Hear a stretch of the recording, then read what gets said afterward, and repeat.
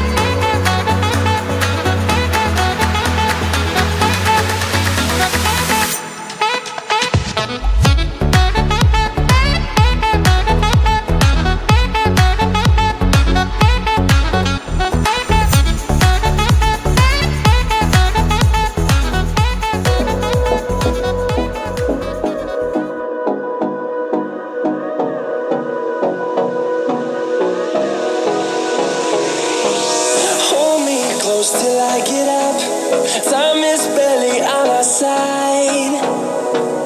I don't wanna waste what's left, and on we'll go,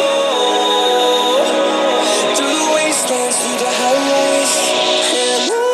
So yeah guys, please make sure you try it and comment down below your experience, and if you did like this video, please give a big thumbs up, smash that subscribe button and press the notification bell and share it with your friends and family. See you in the next video guys. Bye.